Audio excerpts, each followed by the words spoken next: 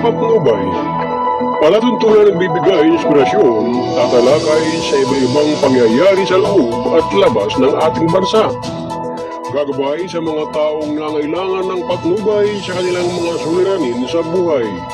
At ngayon, narito ang inyong program host, ang Mindoriyong Midnight Boy, Kuyang Arnold Azeveda Namuko.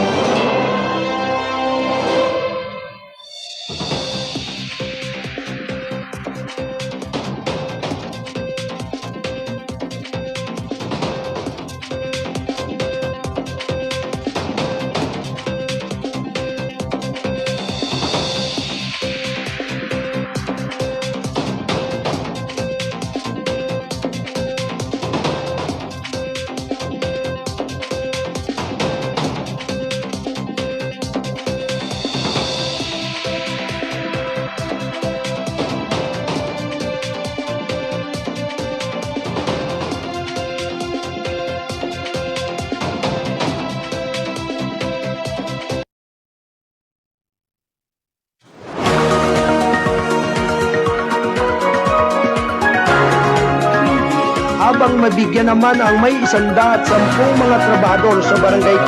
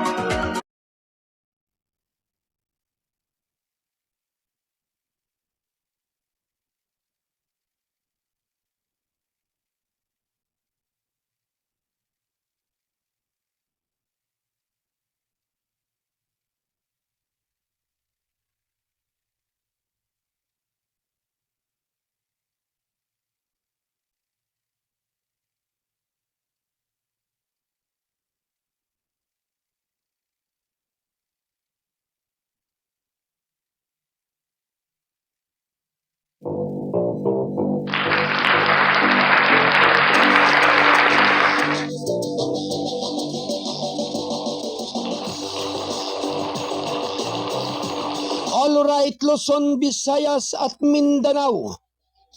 Kayo po ay nakikinig at nanonood dito sa KBS RMM News TV. Radyo na dyaryo pa. Sa ating palatuntunang gabay at patnubay. Dito sa Kasado Broadcasting Service. Ang responsabling mga mamamahayag. Ano man ang lahi at lingwahe mo, basta't kayo ay Pilipino, ito ang boses mo. Sa pangalan po ng ating station manager, Kuyang Alan Valenzuela Bordeos,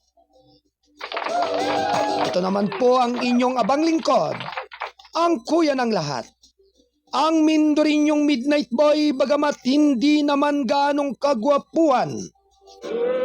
Sigurado namang ito'y inyong maasahan. Ang inyong Kuyang Arnold Azeveda Namuko. Dito sa ating palatuntunang gabay at patnubay. Dito sa ating himpilan ng KBS RMM News TV.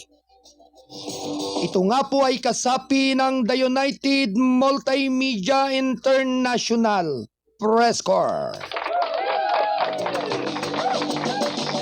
Aim to create hopes for the progress of good and continuing news dissemination. Vision, proper communication, coordination to any private and public entities worldwide. Mission, helping less unfortunate peoples, changing fortunes and let our voice be heard.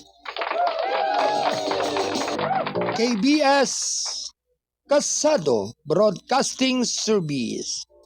Deliver News. RMM responsabling mga mamamahayag at your service. Ang gabay at patnubay ay patuloy po ninyong maririnig at mapapanood dito sa ating himpilan ng KBS RMM News TV. Lunes hanggang Biyernes, ganap na 8 hanggang 10 ng umaga. I-like, i-share at i-follow ang FB page ng Balitang Kasado at ganun din ang KBS RMM News TV. Halina po kayo, aking mga minamahal na tagapakinig.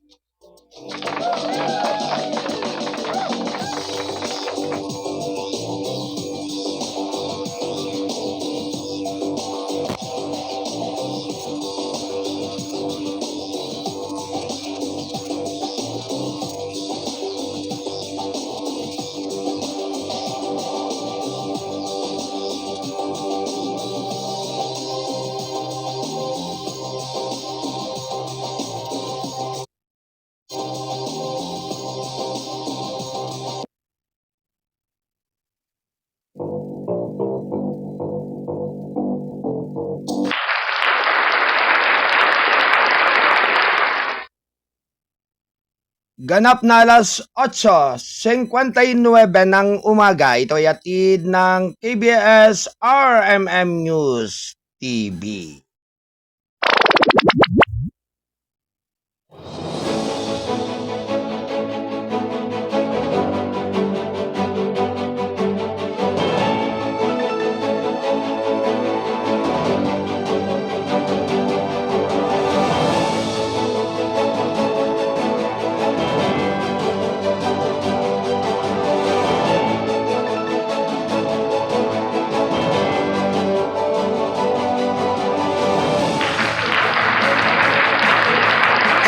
Mga kababayan, today is Wednesday, January 29, 2025 ng taong kasalukuyan. Mapagpalang umaga sa lahat ng ating mga tagapakinig at taga-subaybay sa ating palatuntunang gabay at patnubay.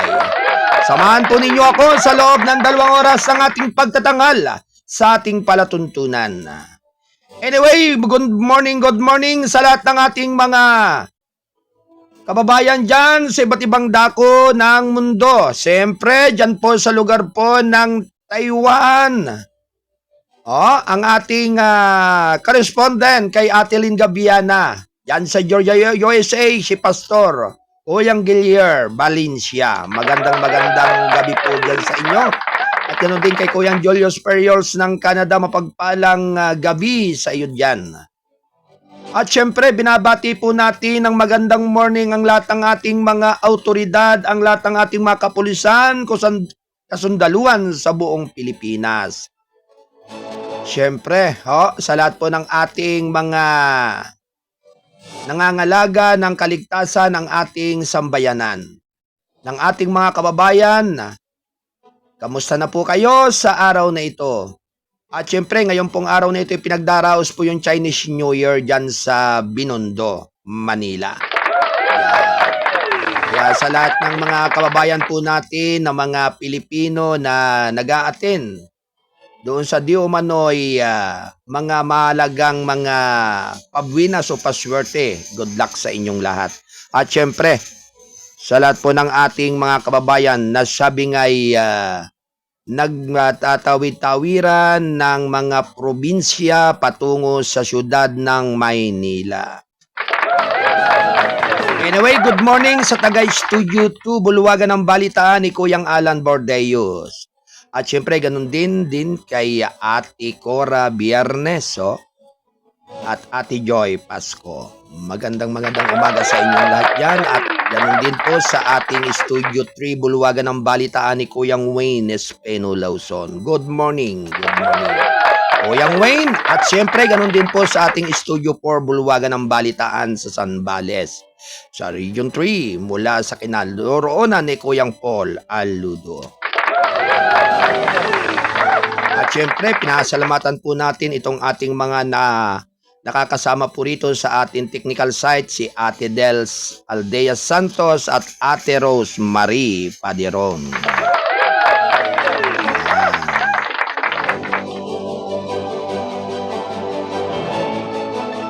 Hello everyone! Sa lahat po ng ating mga kasapi ng Rizal Provincial Police Press Corps. Siyempre, panguna po ng ating buting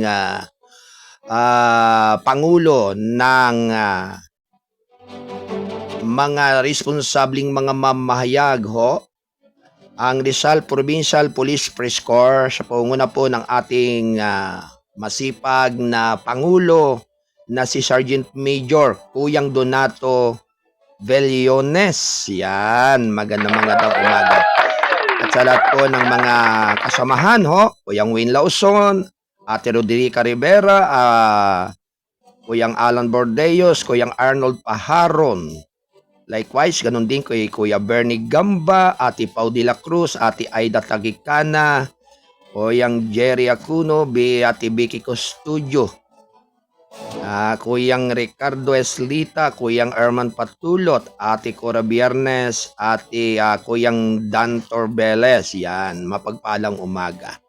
At syempre kay Ate Ann Pedracio. Yan, good morning everyone. At syempre ang kay gandang umaga ngayong araw ng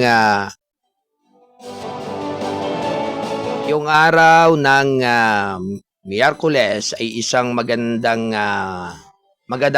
araw na sabi nga ay maliwanag ang kalawakan at hindi sabi nga ay nagbabadyan ng sama ng panahon. Bagamat sabi nga ay medyo makulimlim ay hindi naman sabi nga umuulan. Kaya talagang pinagkakalooban pa rin ang pagdiriwang ng mga Chinese ng Chinese New Year nila dyan sa lugar ng Binondo.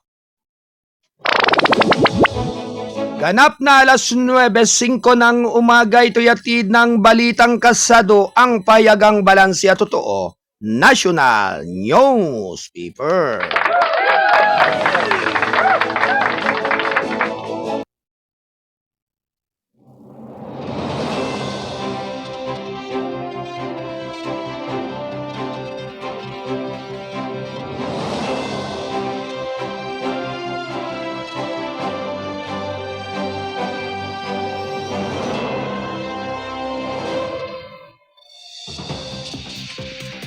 Narito ang ating mga pangunahing mga balita. Ganap na alas 9:05 ng umaga, ito'y atid ng Balitang Kasado, ang payagang balanse at totoo, National Newspaper.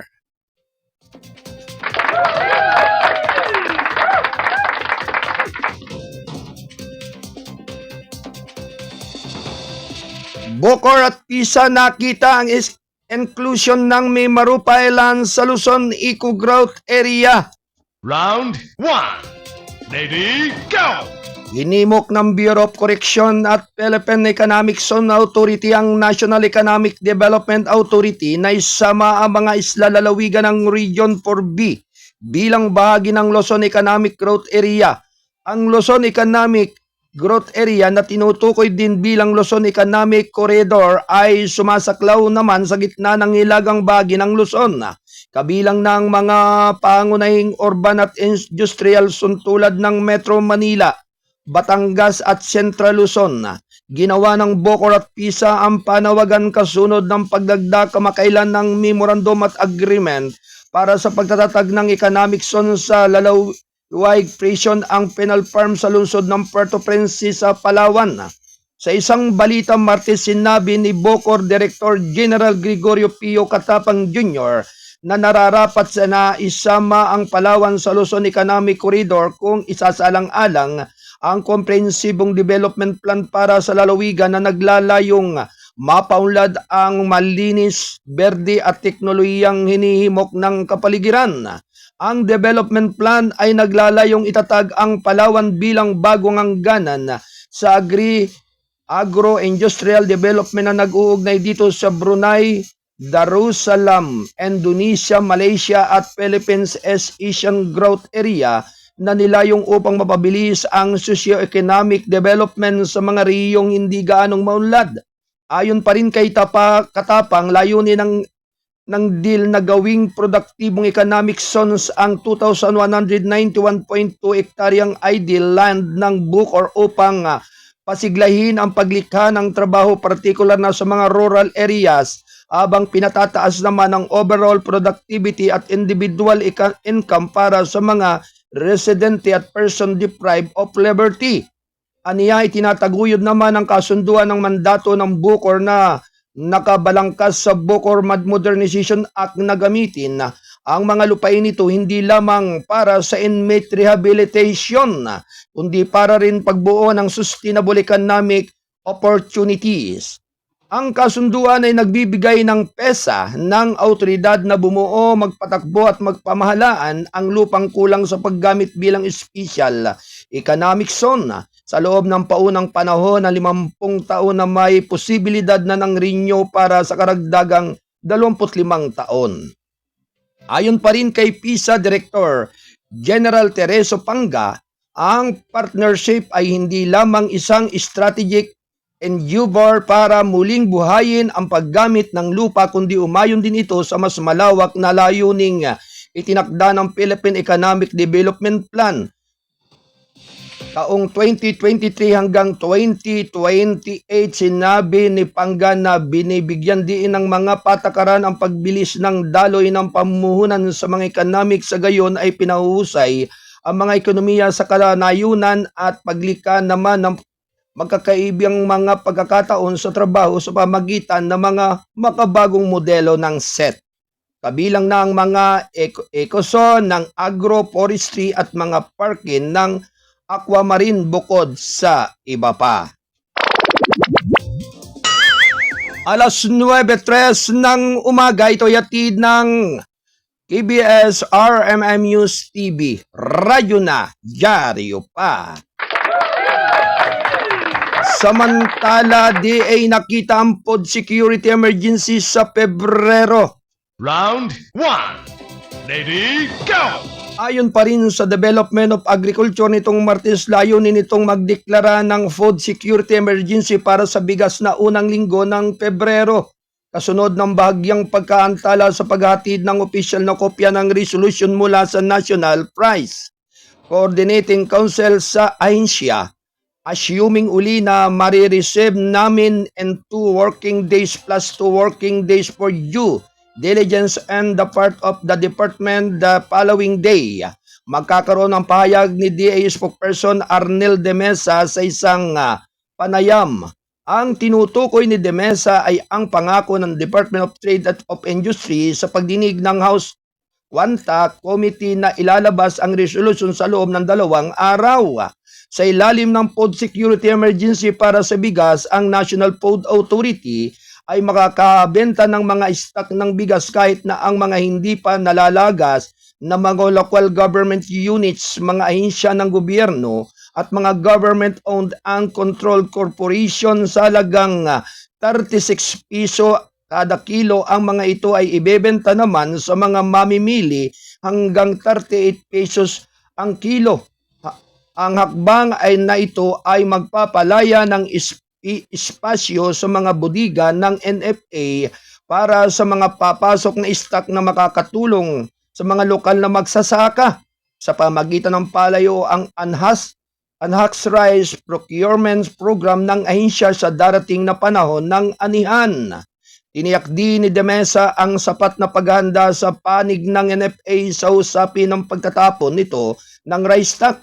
Now narito sinabi na ni DA Secretary Francisco Tio Laurel Jr. ang DA ay magbibinta ng NFA rice sa buong bansa sa mga piling LGUs malapit sa NFA warehouses. Aniya, maaari niyang i-book ng mga LGU ang kanilang intended volume allocation na maaaring i-deliver simula sa February 7 to 15. Bukod sa mga LGU sa Metro Manila, kabilang na sa mga initial target areas para sa NFA rice sales ang Laguna, Gayon din ang Oriental at Occidental Mindoro na maaari ring mag-supply sa Cebu.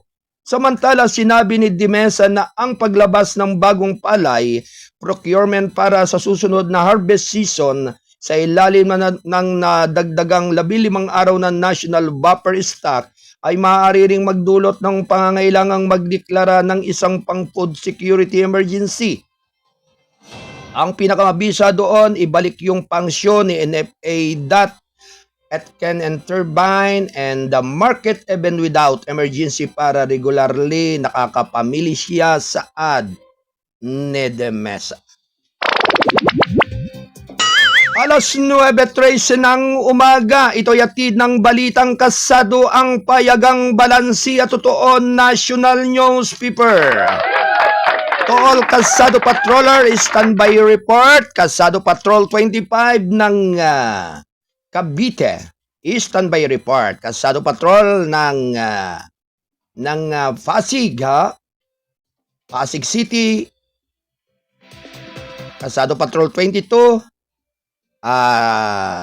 si Hagupit, yan, standby report. Gayon din si Kasado Patrol 20 ng National Capital Region. Yan. Sa lahat po ng ating mga Kasado Patroller dyan sa area ng Rizal, buong Calabarzon, may Maropa, Luzon, Visayas at Mindanao na kung saan nakadeploy ang ating mga Kasado Patroller. Makalipas ng ilang pagbabalita, kayo ay aking bibigyan ng daan. Standby. Ganap na alas 9:14 ng umaga, ito'y atid ng Balitang Kasado. Ang payagang balansi at totoo, national newspaper. Malaysian speaker bumisita sa Peace House para palakasin ang interparliamentary ties. Round 1. Ready, go! Bumisita si House Speaker Tan Sri Dato ng Malaysia, Suhari bin Abdul sa kapulungan ng mga kinatawan ng Pilipinas itong Martes upang mapahusay ang interparliamentary relation at kooperasyon ng dalawang bansa. Sa Timog Silangang Asya, mainit na tinanggap ni Speaker Martin Romualdez ang kanyang Malaysian counterpart. Pinuri ang pagbisita bilang konkretong manifestasyon ng walang hanggang paggalang at pagkikipagtulungan ng Pilipinas at Malaysia bilang mga miyembro ng Asian Inter-Parliamentary Assembly. Inaabot ni Romualdez kay Speaker Johari ang kopya ng House Resolution 2192 na nagpapahayag na pagpapahalaga ng Kamara sa opisyal na pagbisita sa plenaryo.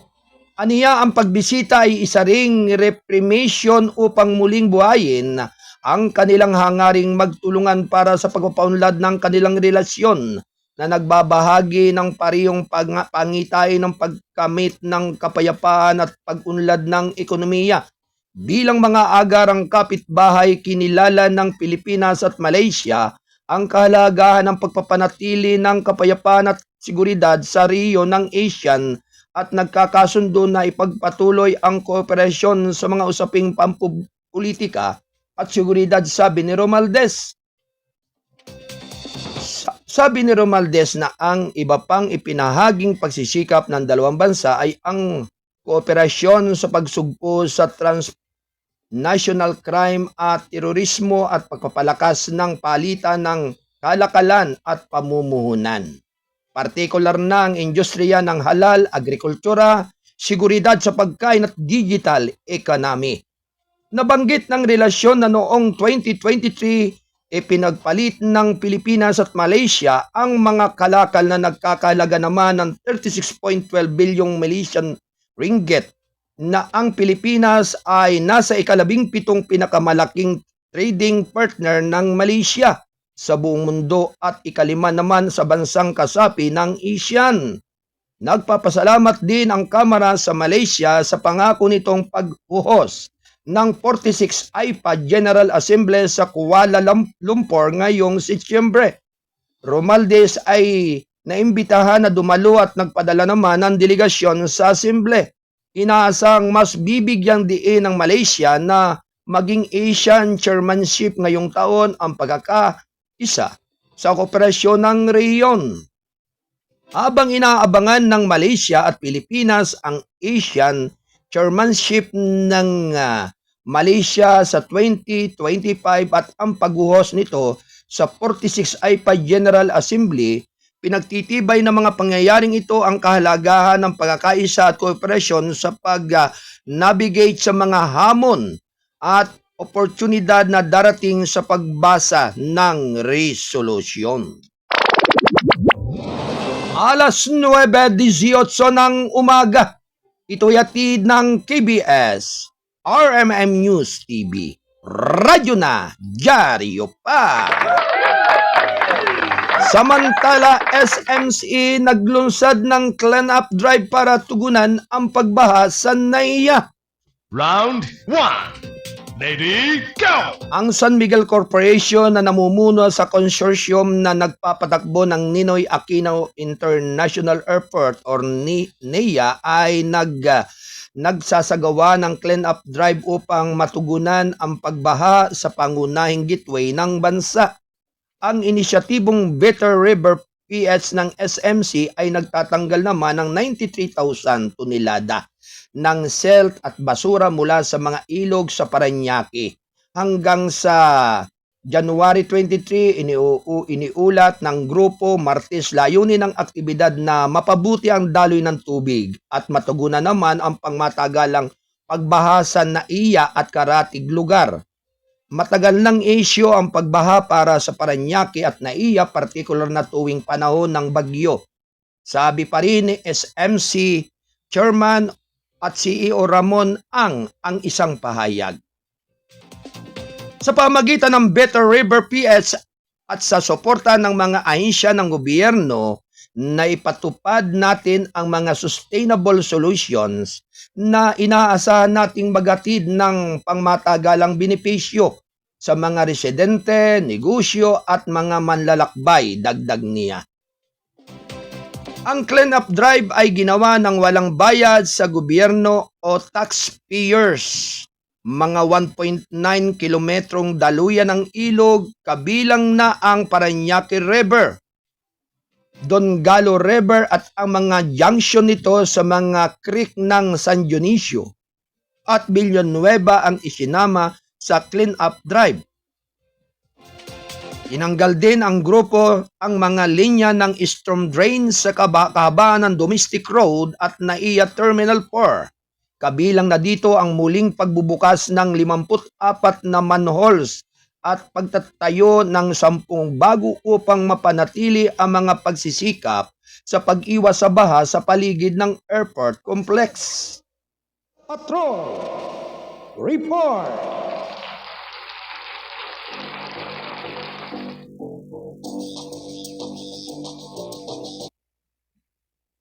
Noong Hulyo 2024, hanggang tuhod ang baha apro ng NAIA Terminal 4 na naging hadlang sa pagpaparada ng mga airline ng kanilang ATR planes. Ayon pa rin kay Manila International Airport Authority General Manager Eric Ines, ang baha na bunga ng masasamang panahon ay nagmula sa Parañaque River. Alas 9:21 ng umaga. Ito ay hatid ng KBS RMM News TV, Radyo na, Dyaryo pa, dito sa ating palatuntunang gabay at patnubay.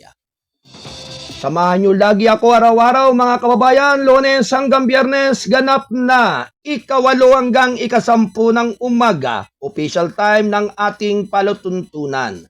At syempre dito po ay batbat ng mga mahalagang mga balita at mga impormasyon. Panatiliin lamang po ang kayo ay magsubaybay sa ating palatuntunang gabay at patnubay. Dito sa Kasado Broadcasting Service, RMM News TV. Ang FB page ay Balitang Kasado at KBS RMM News TV. Ganon din ang palatuntunan ng inyong abang lingkod ng inyong Kuyang Arnold. Araw-araw, Lunes hanggang Biyernes. Anyway, dakuan po naman natin bigyan ng daan ang pag-uulat ng ating mga kasado patroller na kanina pa nakaantabay upang magatid ng mahalagang mga balita to all Kasado Patroller. Standby report.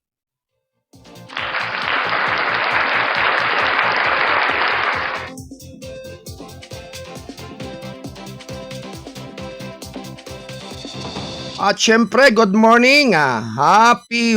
Thank you for watching Kuya Roma Canino di Tablan. Magandang umaga dyan sa inyo dyan. Kuyang Otep di Tablan dyan sa bakery ng Sitio Burol, dyan sa bayan ng Taytay Rizal. At balita natin sa mga informante natin ay talagang napakalakas ng inyong pandesal dahil bukod na sa malaki na, malinamnam pa. Sabi nga sunod doon, sabi nga pangmasa ang presyo. Kaya sa lahat ng ating mga kababayan diyan, subukan po natin tikman at dayuhin yung sabi nga bakery na kinaroroonan ni Kuyang Joseph di Tablan diyan sa area po ng diyan po ng Barangay San Juan, diyan sa Sitio Burol, diyan sa Taytay Rizal. At yan po ay sa pag-aari po ni na Atelita. Yan, ni Atelita at Kuyang Edwin Reyes. Yan. Anyway, thank you for watching kay Kuyang CD Santosidad. Yan.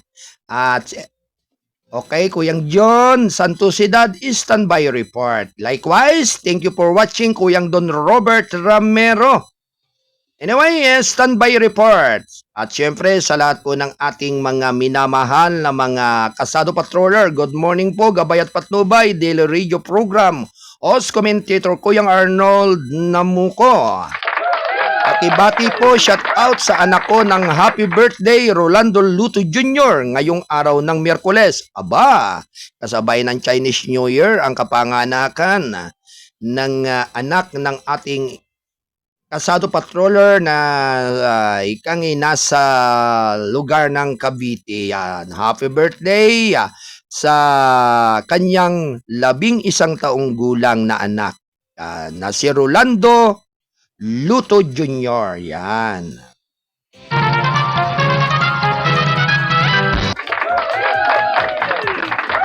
Ganap na alas 9:25 ng umaga.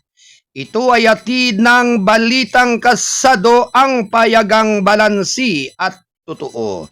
National Newspaper. Panatiliin po ang pagbabasa ng Balitang Kasado at patuloy na pagsubaybay dito sa ating palatuntunang Gabay at Patnubay. Anyway, unahin po naman natin ang pag-uulat ng ating Kasado Patroller na nasa Manila. Kaya ito si Kuya Lando. Okay, mag-asawa na parehong kawani ng MMDA nahuli ng mga tauhan ng DOTR-SEC dahil sa pangungulurom sa Bacoor, Cavite. Ang buong detalye ay nasa Kasado Patrol 25 mula kay Double L. Alright, Double L, i-standby report.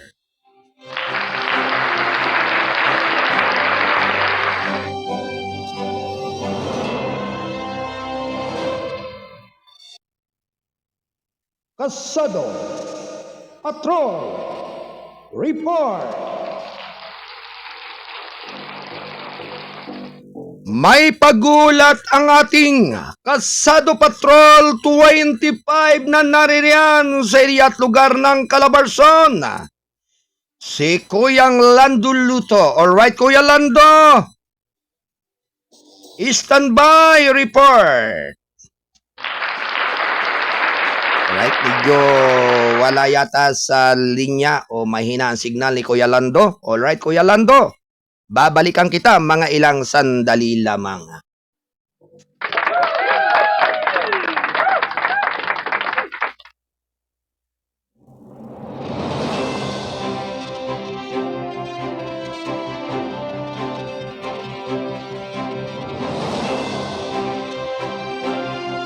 Alas 9:27 ng umaga, ito yatid ng Balitang Kasado, ang payagang balansi at totoo. national newspaper.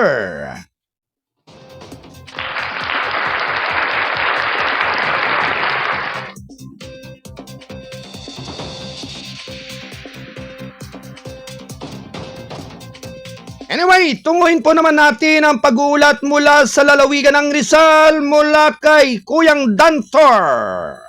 Kasado Patrol 247. Pagsasapasinaya sa bagong LTO District Office Antipolo Rizal ay naging matagumpay at dinaluhan ng mga opisyales. Yan ang report ay magmumula sa ating Kasado Patrol 47 mula kay Kuyang Dantor Beles. Alright, Kuyang Dantor Beles, good morning! Yes, likewise, Kuyang Arnold at Kuyang Alan, dakong alas 10 ng umaga ng pagpasinayaan sa bagong LTO, Land Transportation Office, Sector District Office ng Provincial ng Rizal, dito sa Antipolo, dito sa Provincial Road, Barangay de la Paz, Antipolo City. Ito ay dinaluhan ng nila Rizal PNP at nila Police Rizal Provincial Director PNP Police Colonel Belice Maragon at Police Lieutenant Colonel Ryan L. Manungdo, Chief of Police ng Antipolo City, at dinaluhan naman ito ng nina Honorable Hisosa Ferdinand D. Ortiga, Undersecretary of Department and Transportation na nagsilbing keynote o speaker, at ito si Mr. Elmer G. Dicena, Regional Director ng LTO 4A, nang isagawa naman ang blessing ceremony at ang ribbon cutting sa nasabing okasyon kahapon na ito na ginanap taong kasalukuyan. Habang ang naturang aktibidades at sa mga dumalo ay nagpahayag ng kanilang pagpapasalamat at suporta sa lahat ng adikain ng magandang layunin ng LTO para sa anya sa mabilis na serbisyo sa publiko dito sa Rizal, lalo na sa Antipolo. At pinasasalamatan naman at sinuportahan naman ito ni former Governor ng Rizal, Casimiro Ito Inares Jr., ang programa na siguradoan niya ito ay magbibigay daan tungo sa pagpapaunlad ng ekonomiya naman anya sa lalawigan dito sa Rizal. Anya ang bagong LTO District Office sa Antipolo ay isang paraan na pamumuno naman ni Mr. Christopher E. Batoon na mas maipalapit pa ito anya sa kanilang tanggapan sa mamamayan dito sa Rizal. Ito si Kasado Patrol 47, Dantor Beles, nagulat live sa TV, sa Remin News TV, may dyaryo pa. Alright, maraming salamat sa pag-ulat ng ating Kasado Patrol 47 mula sa lalawigan ng Rizal, Kuya Dan Torbeles. Thank you, Kuyang Dan. Samantala, balikan po naman natin ang pag-ulat ng ating Kasado Patrol 25 mula pa rin dyan sa area at lugar naman ng Cavite, si Kuyang Landuluto. Ito po ay may kinalaman nga po mga kababayan doon sa mag-asawa na parehong kawani ng MMDA, hinuli ng mga tauhan ng DOTR, safe dahil sa pangungulurong sa Bacoor, Cavite. Ang buong detalye ay manggagaling kay Kuyang Landuluto, Kasado Patrol 25. Alright, Kuya Lando, good morning!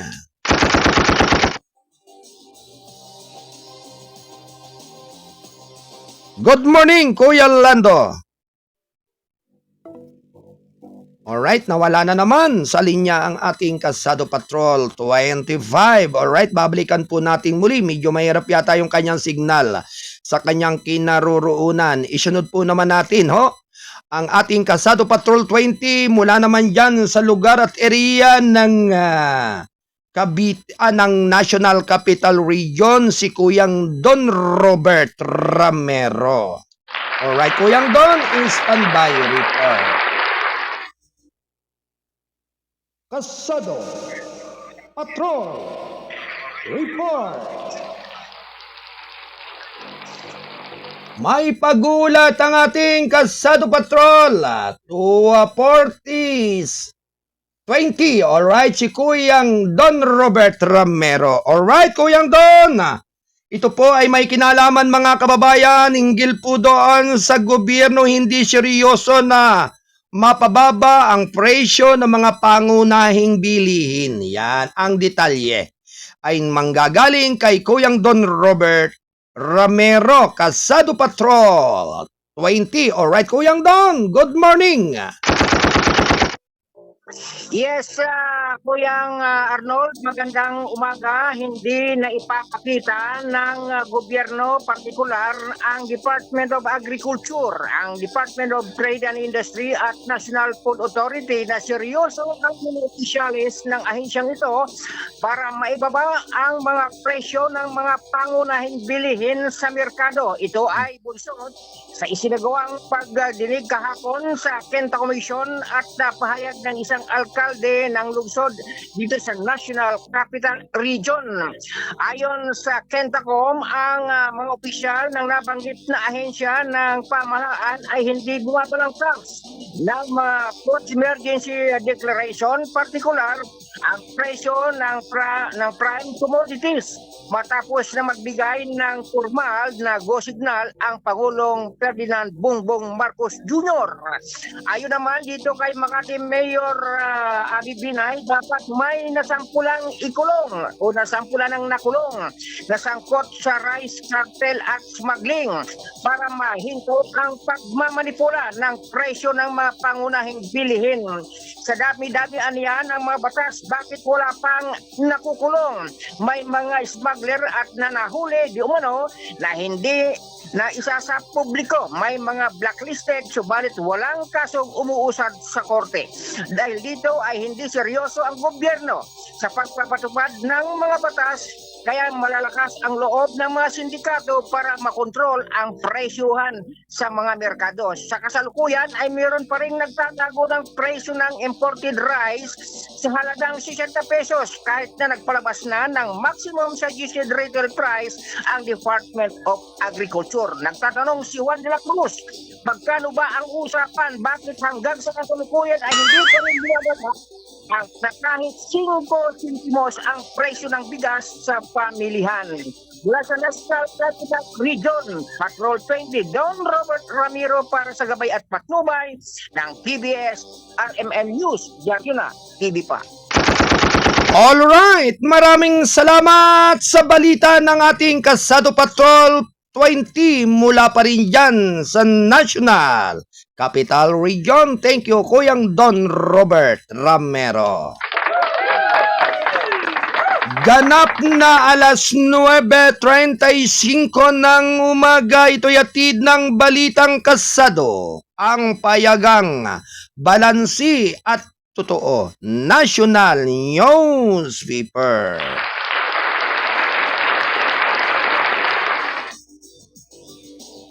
Anyway, tunguin po naman muli natin ang ating Kasado Patrol na nasa area ng Cavite, si Double L.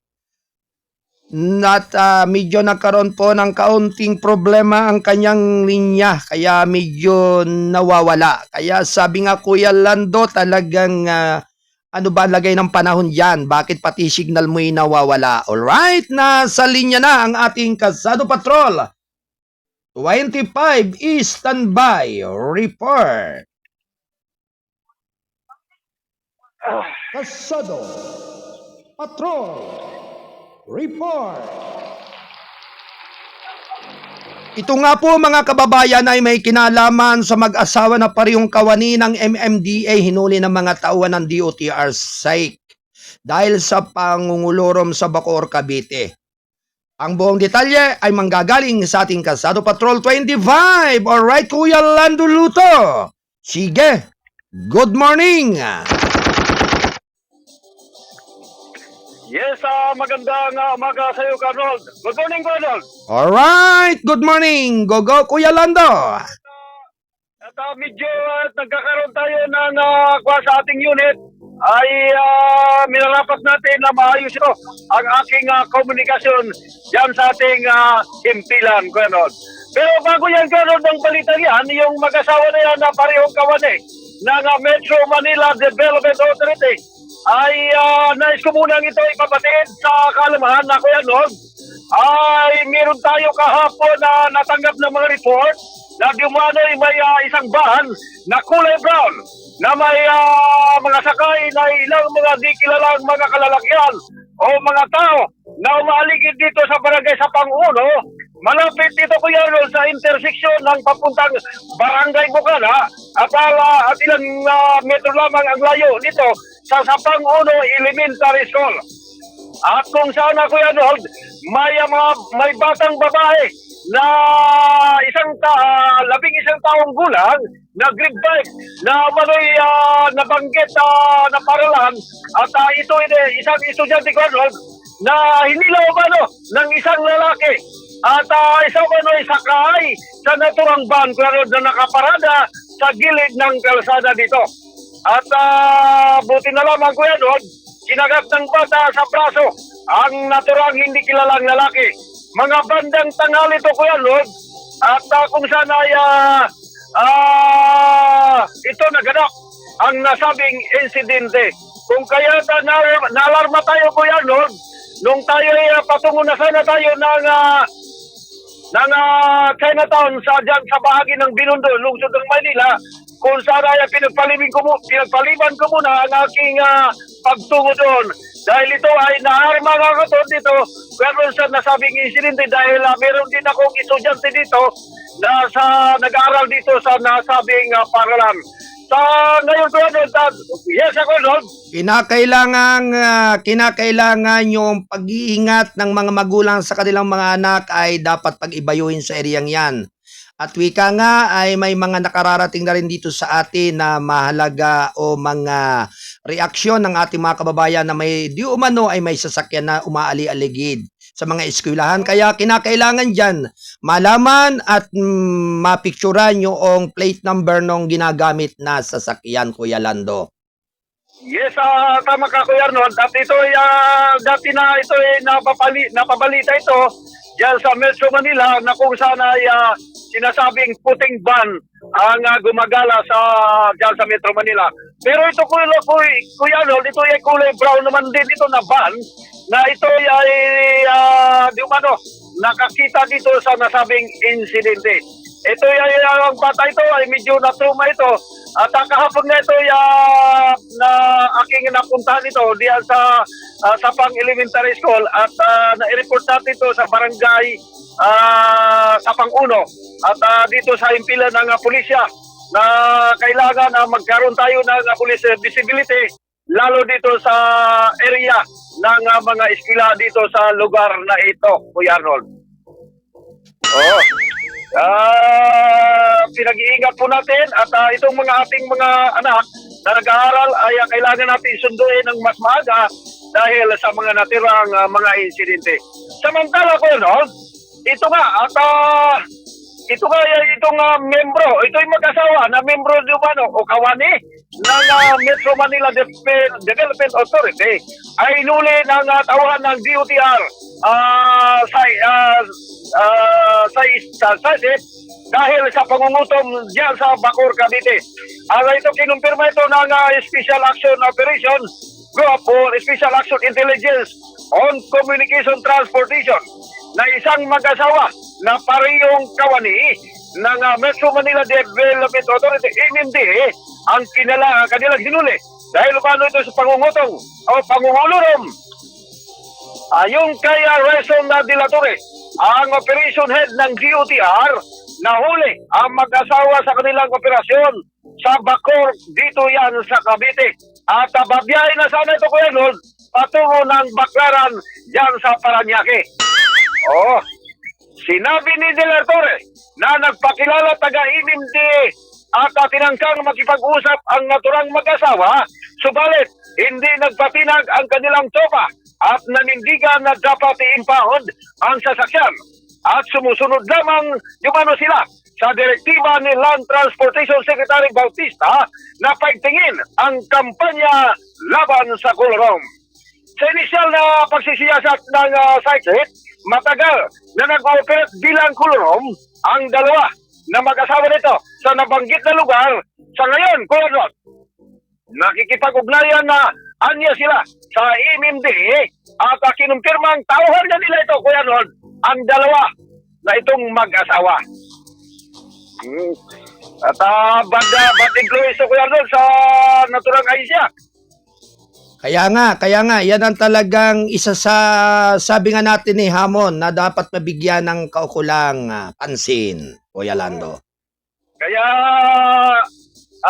panawagan natin kay Ginoong Attorney Don Artes, ang pinuno ng Nautrang Asia ng MMDA, ay dapat aksyonan ito na dalawang mag-asawa. At ako na pinabot na rin ng MMDA sa Land Transportation Commissions o Land Transportation sa Provincial Regulatory Board na magsasagawa na sila ng sariling investigasyon at hindi ko konsintin dumano ang mga maling gawain lalo sa ganitong dalawang mag-asawa na nasasangkot sa ganitong mga maling gawain. At Kuya Rod, babating ko muna ang aking anak na nagdiriwang ngayon ng kanyang karawan ng happy birthday ngayong araw mismo ng Miyerkules, January 29, si Rolando Luto Jr. Labing isang tabulan ito, Kuya Rod. Happy birthday, anak!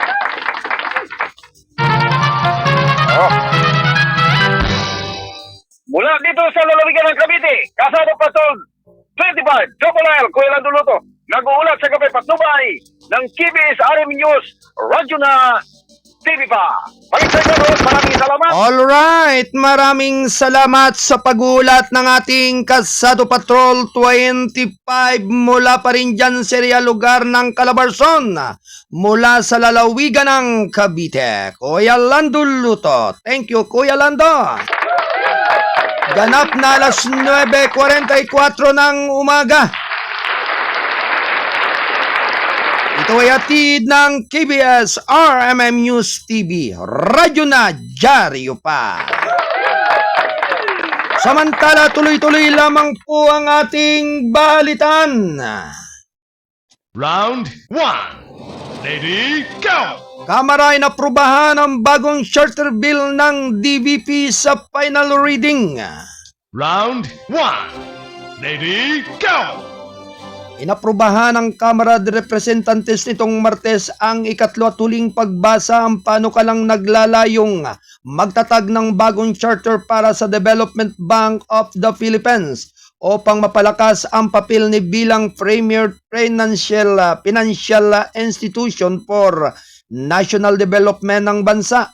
Sa 179 na affirmative votes, 3 negative votes at 0 abstentions, ipinasa ng Kamara ang House Bill 11230 na naglalayong bigyang kapangyarihan ang DBP na magbigay ng development, financing at financial service sa mga strategic sectors, kabilang na ang infrastructure, micro, small, and medium enterprises, education, healthcare, housing, environmental protection, at iba pang social services.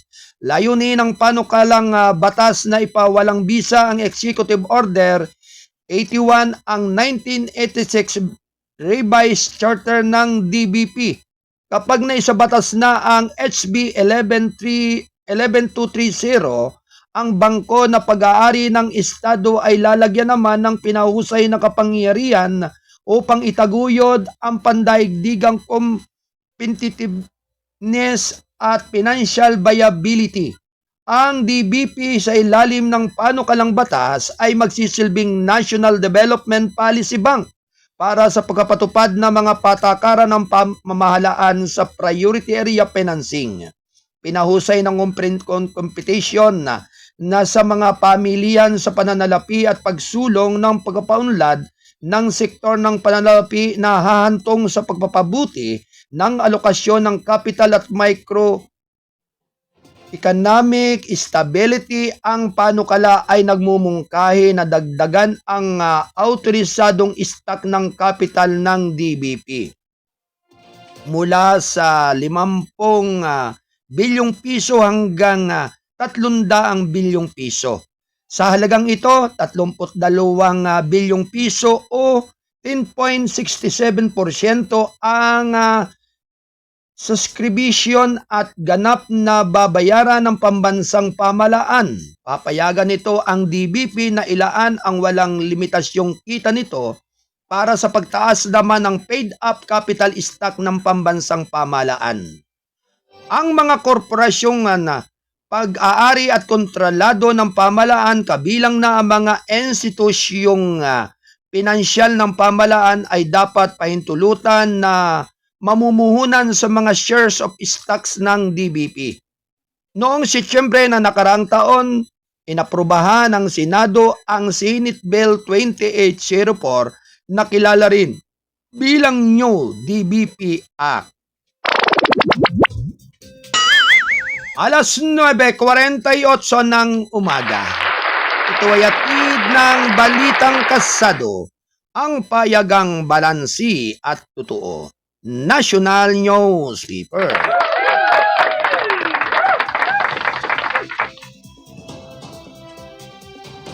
Samantala, tuloy-tuloy lamang po mga kababayan ng ating pagbabalita. Kamara inaprubahan ang bagong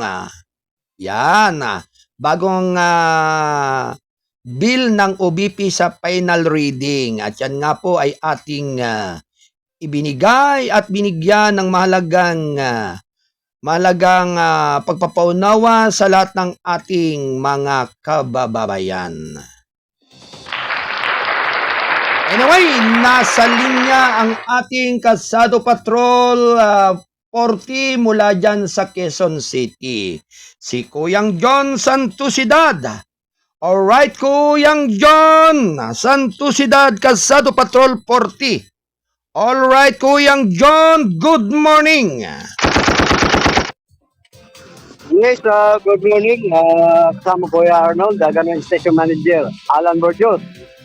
Isang tricycle driver arestado sa bypass operasyon kahapon ng hapon ng mga Drug Enforcement Unit, Station 14, Barangay Holy Spirit, Quezon City. Nakilala ang suspect na si Christian Activo, dating nakulong dahil sangkot sa droga.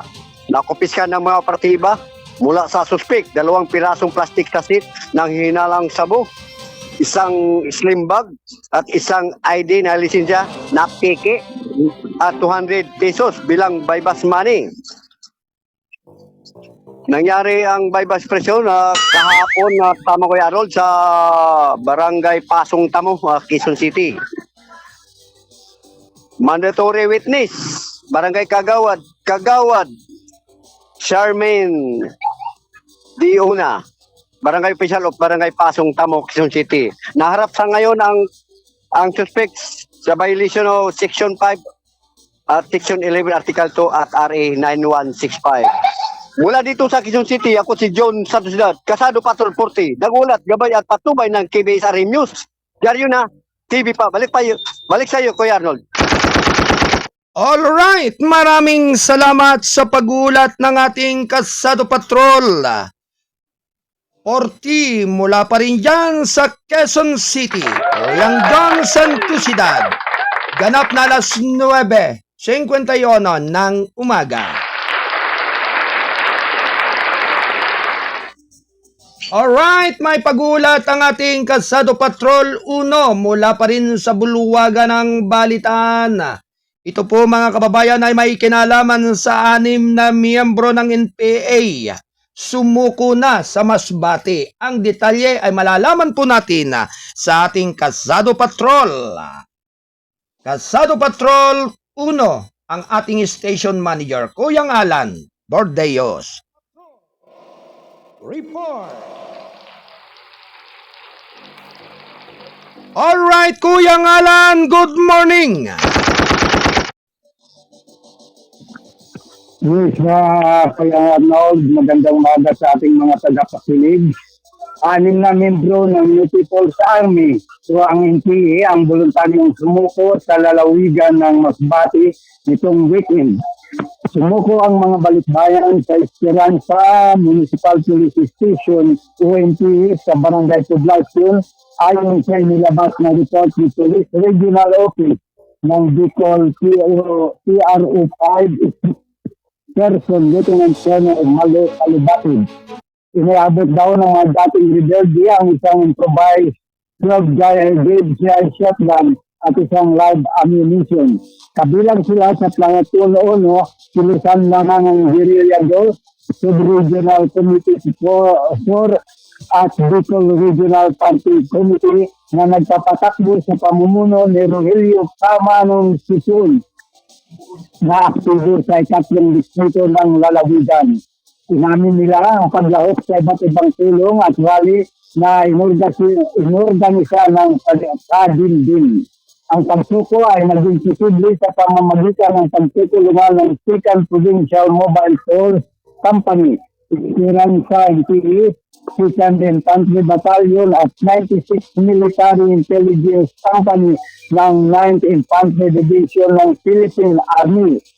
Ayon kay Kalubakid, ang mga balikbayan ay sasailalim sa komprehensibong de-trading program at ipapatala sa Enhanced Comprehensive Local Integration Program na idinisinyo upang mapadali ang muling pagsasama ng mga dating rebelde sa mainstream society na nadalok ng iba't ibang benepisyo kabilang ng livelihood assistance, skill training, housing support at psychological at social rehabilitation. Mula dito sa studio doon, ako si Kuya ang Alan Bordeos, nagulat.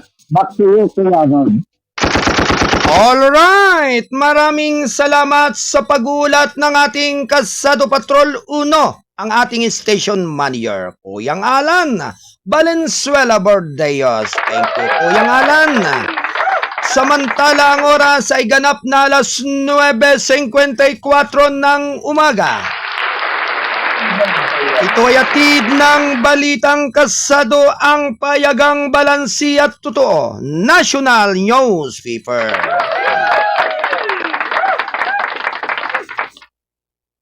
Tuloy-tuloy lamang po ang ating balitaan. PCG maglalabas ng daily reports at illegal CCG presence sa WPS.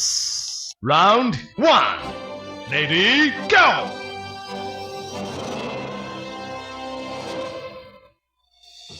Babantayan na ng Philippine Coast Guard ang patuloy na pagsalakay ng mga barko ng China Coast Guard sa karagatan ng Zambales at muling igigit ang kanilang illegal na presentasyon sa lugar. Sa panayam ng PTV nitong Martes, sinabi ni PCG spokesperson for West Philippine Sea, Commodore J. Tarillan, na magkakaroon na ng regular na impormasyon at araw-araw na update sa mga aktibidad ng China. Ito ay para maintindihan ng mga Pilipino at para rin marirealize ng Chinese government na naninindigan tayo at hindi natin pinapayagan na gawing normal ang illegal presence nila sa Zambales. Sabi pa rin ni Tarilla, mananatili niya ang Philippine Coast Guard na mapayapa at professional sa kabila ng paulit-ulit na bullying and aggressive action on the part of the Chinese Coast Guard. Alinsunod sa gabay ni Pangulong Ferdinand Romualdez Marcos Jr. laban sa pag-uudyok at upang matiyak na hindi mananagot ang Pilipinas sa isang exclusion. Dumikit tayo sa mandato natin. Ibig sabihin ay hamunin ang illegal na presensya ng Chinese Coast Guard, sabi niya. Nitong Lunes, tumugon ang Philippine Coast Guard vessel na BRP Cabra sa distress call mula sa FBL Kapitan sa kabila ng pagiging aware sa distress call mula sa fishing boat ng mga Pilipino. Ang Chinese Coast Guard vessel 3304 ay nag-shadow ng BRP Cabra na naging hadlang sa transportasyon ng isang mangingisda na may habang malayo sa Pangpang. 3 minuto bago mag-10 ng umaga. Ito ay hatid ng KBS RMM News TV. Radyo na dyaryo pa. Travel ban inilabas BS 30 pulis sa 6.7 bilyong pisong drug haul. Gulo. Round 1. Ready, go! Naglabas ng halt departure order ang Manila Regional Trial Court laban sa 30 pulis na sangkot sa questionabling 6.7 bilyong pisong drug haul sa Tondo, Maynila noong October 2022. Sa 11 pahinang order na ipinagkaloob ng Manila RTC Branch 44 ang musyon ng prosecution na binanggit ang posibilidad na ang mga akusado ay aalis sa Pilipinas upang makaiwas sa pag-aresto at pag-uusig sa mga pagkakasala na sinisingil laban sa kanila. Dahil sa gravity at ang kalikasan ng mga kaso pati na rin ang kanilang pinansyal na kapasidad upang mapadali ang kanilang pag-alis. Inatasan nito ang Bureau of Immigration na ipatupad ang kautusan. Lumabas na ang bansa ang isang retiradong Police General kabilang na sa mga nakusang kinumpirma ng Philippine National Police nitong Lunes kasama si HDO si Lieutenant General Benjamin Santos Jr., dating Deputy Chief for Operations Brigadier General Narciso Domingo, dating Drug Enforcement Unit Director at dismissed Intelligence Officer Major Sergeant Rodolfo Mayo Jr. ang umano'y major suspect sa drug operation. Hindi kasama si Mayo sa 21 na 22 suspect ang nasa serbisyo pa rin nauna nang ipinag-utos ng Manila RTC Branches 175 at 44 ang pag-aristo sa 29. Ang bill ay tinakda sa 200,000 piso bawat isa. Mayo ay pumasok sa isang not guilty plea kabilang sa mga dapat na paglabag ng mga opisyal ang pagtatanim ng ebidensya at pagkakaantala sa pag-uusig sa mga kaso. Kinuha ng mga opisyal ng pulisya ang 42 kilo ng shabu bago ang inventaryo ng nakumpiskang 919 kilo ng illegal na droga batay sa security footage. Kalaunan ay na-recover ang ninakaw rin na shabu. 1 minuto bago mag-10 ng umaga.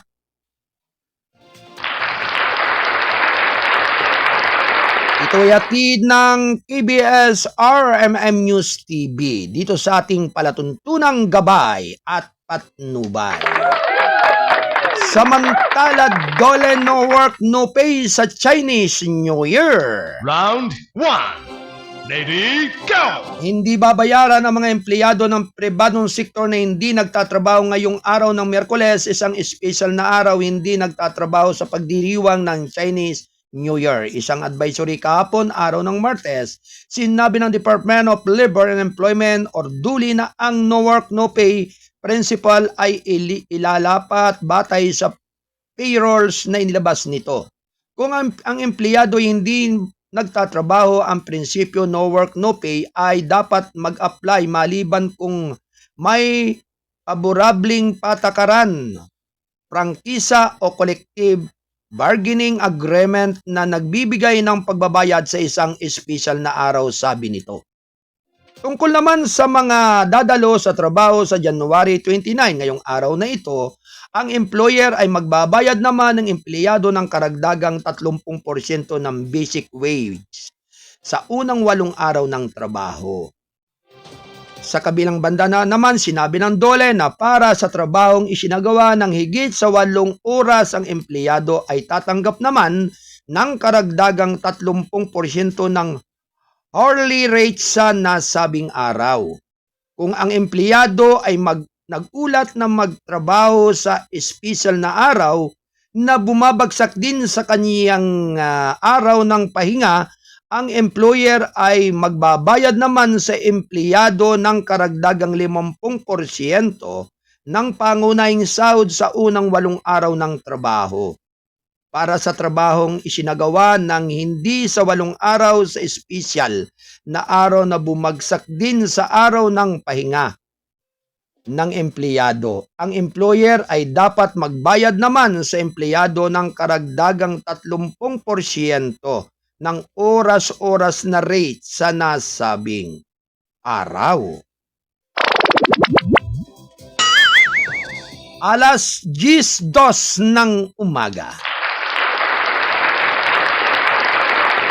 Ito ay hatid ng KBS RMM News TV. Radyo na dyaryo pa. Samantala, PDEA CICC engpak sa pagsugpo sa illegal drug supply importation. Round 1. Lady, go! Nagbuo naman ang pagkipagtulungan ng Philippine Drug Enforcement Agency, PDEA at Cybercrime Investigation Coordination Center, CICC, nitong Martes na data sa technology sharing upang mapigilan ang pag-aangkat at pag-supply ng illegal na droga. Nilagdaan ni na PDEA Assistant Secretary Renato Gumban at CICC Executive Director Undersecretary Alexander Ramos ang Memorandum of Agreement sa National Cybercrime Hub sa Taguig City. Sa ilalim naman ng kasunduan, bibigyan ng CICC ng technical expertise ang PDEA sa pamamagitan ng pagbabahagi ng datos at pag-uugnay sa mga ahensya na may kinalaman naman sa pagsisiyasat at pag-uusig sa mga kaso kaugnay ng Comprehensive Dangerous Drug Act of 2002. Samantala, natasa naman ang PDEA na magbibigay ng liaison sa National Cybercrime Hub upang maayos ang pagsugpo sa mga cybercrime na may kinalaman sa droga. Ayon pa rin kay Gumban, kailangan ng PDEA ang tulong ng CICC sa pagganap ng kanilang tungkulin bilang deputized agency ng Anti-Money Laundering Council upang mapalakas ang kumpanya laban sa drug money launderers.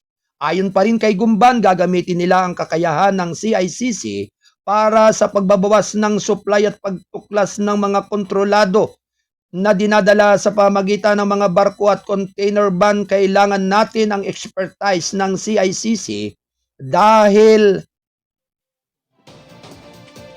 hindi pa marunong ang PDEA sa investigasyon ng cybercrime. Minsan, humingi tayo ng tulong sa iba nating mga foreign counterparts kung minsan kulang yung mga informasyon.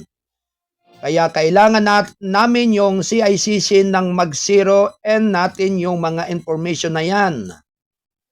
Marami kasing network rin yung mga kalaban natin sa drugs, sabi ni Gumban.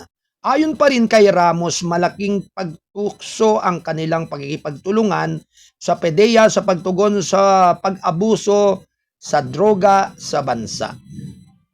Nais naming ibahagi ang dalubhasang ito sa aming mga kasusyo sa PDEA upang matiyak na magawa namin silang maigpit na ituloy ang misyon, sabi ni Ramos. Nauna rito sinabi ng PDEA na 518.4 milyong pisong halaga ng mga ari-arian at ari-arian ng kumakatawan sa mga nalikom na droga sa isinailalim sa civil forfeiture at sakop ng freeze order mula 2022 hanggang sa kasalukuyan. Mula sa bilang ng 4.3 milyong pisong halaga ng mga parsila ng lupa, mga sasakyang dimonitor at mga baril na kabilang na sa mga drug money launderer ay pinagwalang pabor sa gobyerno, habang ang mga cash and back account naman, sasakyan at mga lote ng lupa na nagkakalaga ng 514.4 milyong pisong halaga ay alinman sa frozen o na panatili.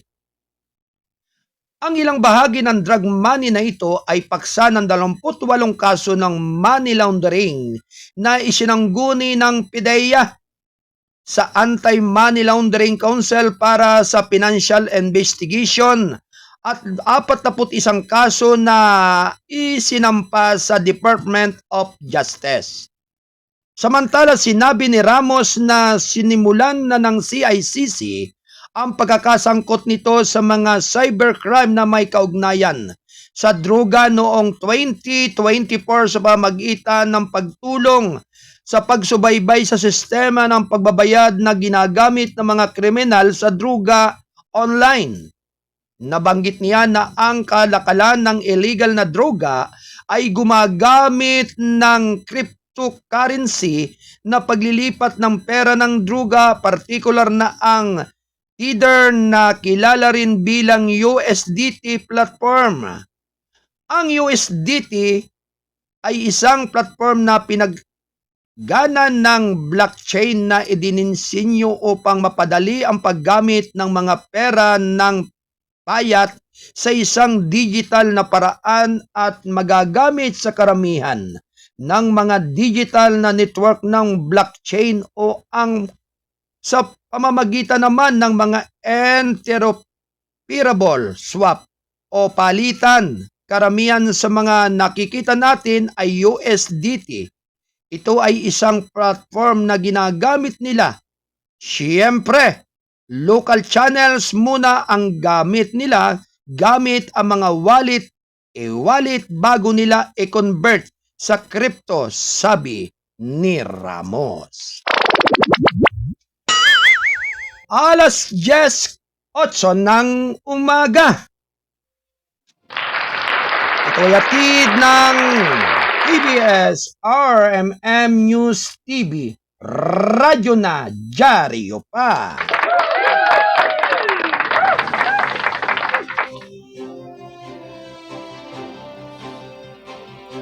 Samantala, tuloy-tuloy lamang po ang ating balitaan. Notorious na miyembro ng Lapigang nasakuti sa Laguna. Round 1. Ready, go!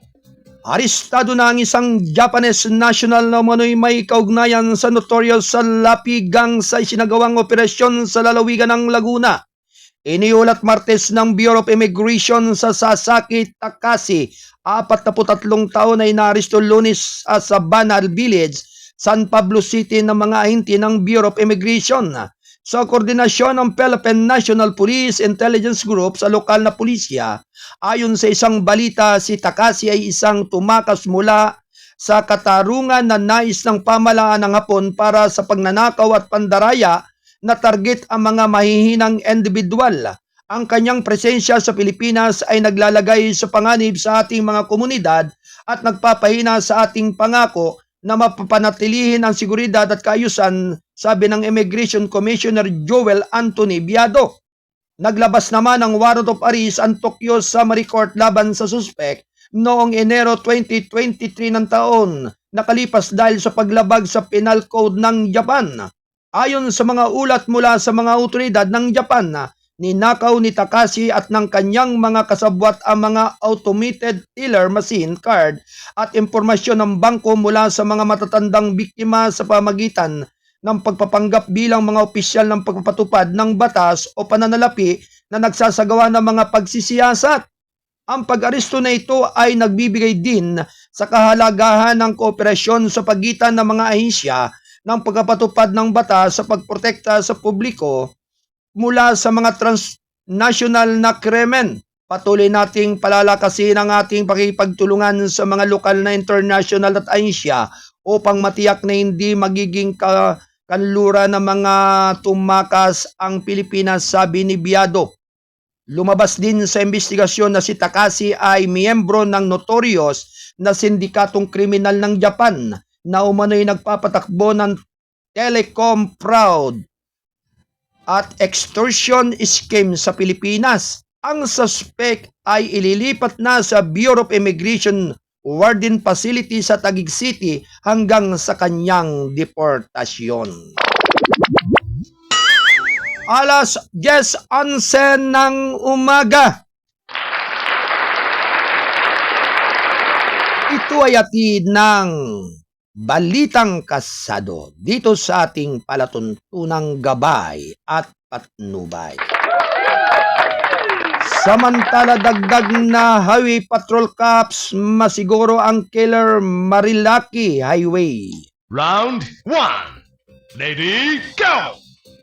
Ayon pa rin sa Philippine National Police, nitong Martes ay nagdi-deploy sila na mas maraming opisyal ng kahabaan ng Marilaki o ang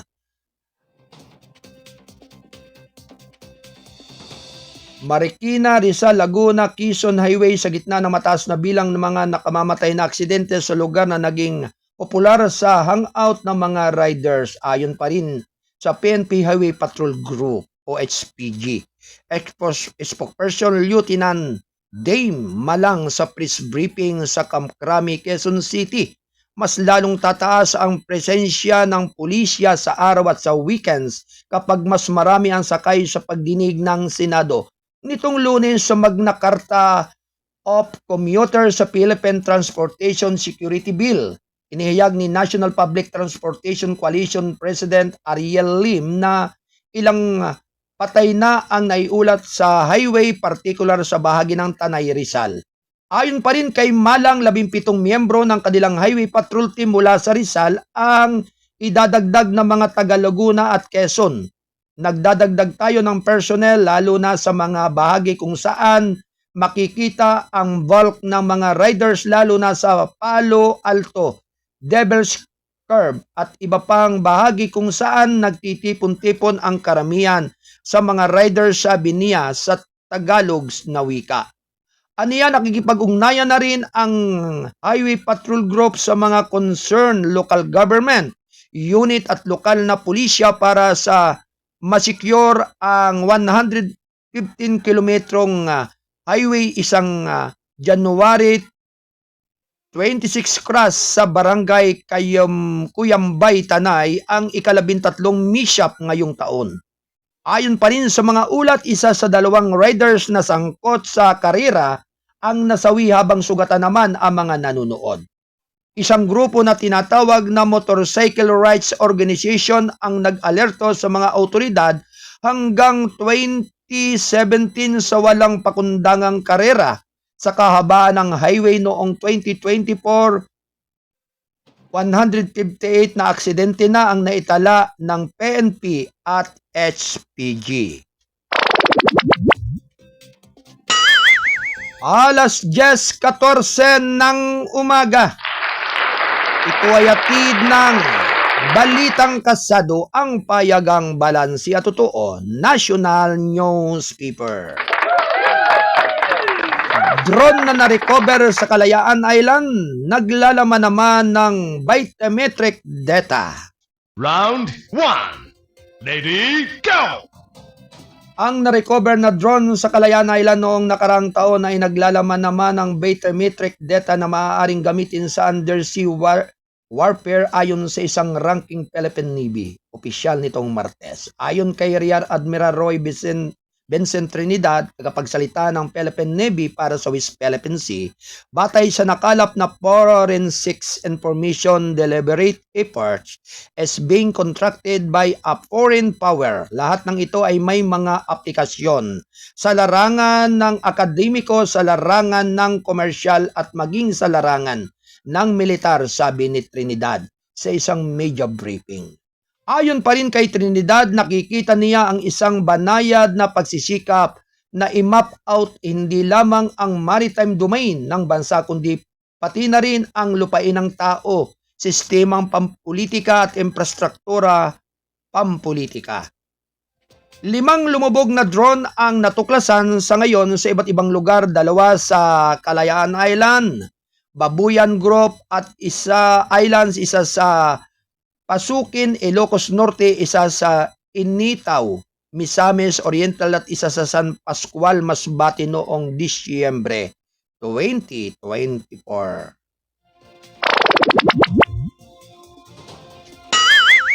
Alas 10:16 ng umaga, ito'y atid ng Balitang Kasado, ang payagang balansi at totoo, National Newspaper. Samantala, tuloy-tuloy lamang po ang ating mga balitaan, mga kandidato. Pinalalahanan na mag-file ng susi o maharap sa perpetual disqualification. Round 1. Lady, go! Mula naman sa balitang Sa Dumaguete City, pinalalahanan ng Commission on Election nitong Martes ang mga kandidato sa Negros Oriental na agad na maghain ng kanilang Statement of Contribution and Expenses pagkatapos ng May 12 election para maiwasan ang parusa. Sinabi ni Abogado Lionel Marco Castellano, Comelec Negros Island Region Director, sa Kapihan Forum na ang paulit-ulit na hindi paghahain ng susi ng mga kandidato ay maaaring humantong sa perpetual disqualification sa paghawak ng public office. 30 araw matapos ang halalan, kailangang maghain ng susi ang isang kandidato sa pamagitan ng e-portal ng Comelec. Aniya, sa kasamahang palad, may mga hindi nakakapag-file ng kanilang susi dahil minsan ayaw na ng mga natalo na kandidato na humarap sa bayan, sabi ni Castellano. Sa pinaghalong Ingles at Pilipinong wika, sa kabilang banda, kailangan ding maghain ng susi ang mga nanalong kandidato kung hindi sila maaaring mag-assume ng katungkulan, aniya. Ang una at ikatlong paglabag ay magdadala ng multa depende sa posisyon ng kandidato, habang ang ikatlong pagkakasala ay sasailalim naman sa perpetual disqualification ayon sa opisyal ng Comelec. Binanggit ni Castellano ang kaso ng isang dating alkalde sa Tayasan, Negros Oriental na ngayon ay perpetually disqualified sa paghawak ng public office dahil sa hindi pagsampa ng kanyang susi sa 3 magkakasunod na halalan. Inilabasan niya ang Comelec ang desisyon para sa perpetual disqualification laban sa individual na ito kamakailan. Samantala, inaresto ng mga pulis ang 2 suspek sa magkaiwalay na insidente sa Negros Oriental dahil sa umano'y illegal possession of firearms at paglabag sa gun ban ng Commission on Election. Ayon pa rin kay Lieutenant Stephen Pulinar, tagapagsalita ng Negros Oriental Police Provincial Office, naristo ang dalawa Lunes ng gabi at Martes ng umaga.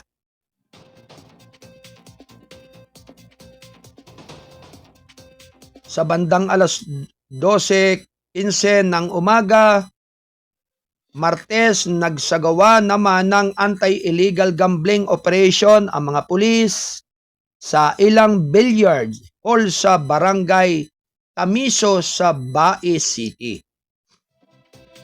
Arestado naman sa operasyon ang 3 suspek na pawang residente ng Barangay Tamiso, isang homemade Black Widow firearms na walang serial number at nakarga ng 5 bala ng kalibre 22 ang natagpuan sa isa sa mga ito.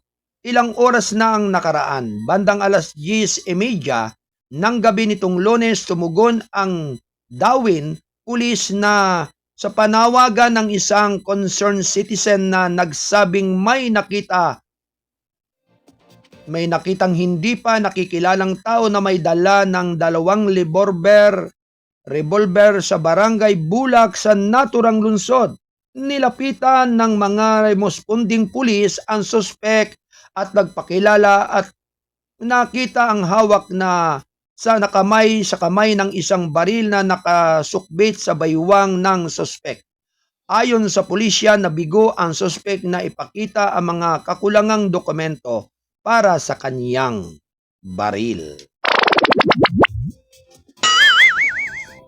Ganap na alas 10:21 ng umaga. Ito ay hatid ng KBS RMM News TV, Kasado Broadcasting Service, RMM. Radyo na, dyaryo pa. 324 silid-aralan sa Southern Leyte nasira ng lindol. Round 1. Lady, go! Samantala, balita naman mula sa Tacloban City.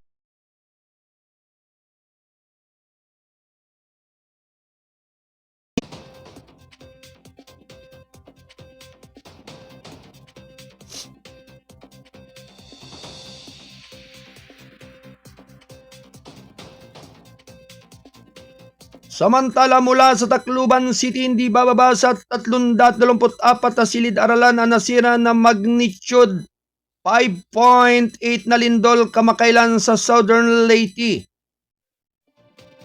Iniulat ng Department of Education Regional Office dito nitong Martes, Yasmin Calceta, DepEd Regional Information Officer, ang ground shaking ay nagdulot ng iba't ibang antas ng pinsala sa mga pasilidad ng paaralan na nagambala sa mga aktibidad sa edukasyon. Sa 324 na silid-aralan, 28 ang lubos na nasira, 77 naman ang may malaking pinsala at 219 ang may minor de edad na pinsala. Agad na isinagawa ang mga aksyon sa pagtugon at pagtatasa upang matiyak ang kaligtasan ng mga mag-aral, kawani at pasilidad ng paaralan, sabi ni Calceta. Sa Philippine News Agency, tinitingnan ng DepEd ang pagkumpleto ng full damage assessment sa loob ng linggo. Ito ayon kay Calceta. Inaasahang magsusumit rin ng finding request ang mga paaralan sa DepEd at mga local government units. Ang instruction natin sa mga schools ay mag-establish ng temporary learning spaces kung kinakailangan para hindi makasira sa klase, dagdag pa ni Calceta. Ang magnitude 5.8 na lindol noong January 23 ay tumama sa 10.1 kilometer timog silangan ng munisipyo ng San Francisco. Ang Southern Leyte ay mga kalapit na lalawigan nito ay nakaranas naman ng lindol habang ito ay nakatayo sa isa sa mga seismically active region sa kapuluan, ayon sa Philippine Institute of Volcanology and Seismology. Alas 10:24 ng umaga. Ito ay atid ng KBS RMM News TV. Radyo na, dyaryo pa. Samantala, Trump fires opisyal ng kagawaran ng katarungan sa siyatin ayon sa ulat. Round 1. Lady, go! Mula naman sa balitang ibang bansa, sa Washington, US President Donald Trump ay fired ilang sa opisyal ng kagawaran ng katarungan na nagtatrabaho sa mga pagsisiyasat sa kanya. Kabilang ng ilang mga nagtatrabaho sa mga pagsisiyasat na pinamumunuan ng dating opisyal na tagapayo Jack Smith, ayon sa isang ulat na inilathala Lunes. Ang isang liham na nakuha ng CNN mula sa kumikilos na Attorney General James McHenry sa mga natapos na individual ay nagsabi na ang mga opisyal ay naglaro ng isang makabuluhang papel sa pag-uusig kay Pangulong Trump at kulang sa kinakailangang katapatan upang ipatupad ang agenda ni Trump. Ang tamang paggana ng pamahalaan critical ay depende naman sa tiwala superior official na lugar sa kanilang mga subordinates. Given your significant role and prosecuting the president, hindi ako naniniwala na mapagkakatiwalaan ka ng pamunuan ng kagawaran na tutulong sa tapat na pagkapatupad ng agenda ng Pangulo. Based sa sulat ni McHenry, hindi malinaw kung sino ang mga dismiss sa Justice Department personnel. Alas 10:26 ng umaga, ito'y atid ng balitang kasado. Ang payagang balanse at totoo, National Newspaper. At syempre, dumako muna po tayo sa ilang pagbati po dito sa ating mga taga-subaybay. Syempre, good morning po sa kay Emily Caracar Ramiro. Thank you for watching. At syempre, sa lahat po ng ating mga taga-subaybay dito sa ating palatuntunan ng Gabay at Patnubay. Nais lamang po nating ibabatid na ang ating palatuntunan ng gabay at patnubay dito sa KBS RMM News TV ay tuwing araw po, Lunes hanggang Biyernes. Ganap na 8 hanggang 10 ng umaga. I-like, i-follow, i-share, at mag-comment sa comment box po ng ating himpilan. Ang Facebook page po ay Balitang Kasado at KBS RMM News TV. Anyway, binabati po natin ng mapagpalang umaga ang buong pwersa ng Perlas ng Silangan Council. At siyempre sa pangunguna po ni Kuyang Chaplain Frederick Berry ng Divine Council Customary Humanitarian Law. At siyempre, ang Watchman Initiative Affairs ay may mga lituntuning nakapaloob sa RA 8371. Ito nga po ay ang gumagarantiya sa karapatan ng mga katutubong tribo dito sa ating bansa. Partikular na po sa mga tribong Blaan. Yan. Ang Mount Uba, tribong Aita, tribong Dumagat, tribong Mangyan, tribong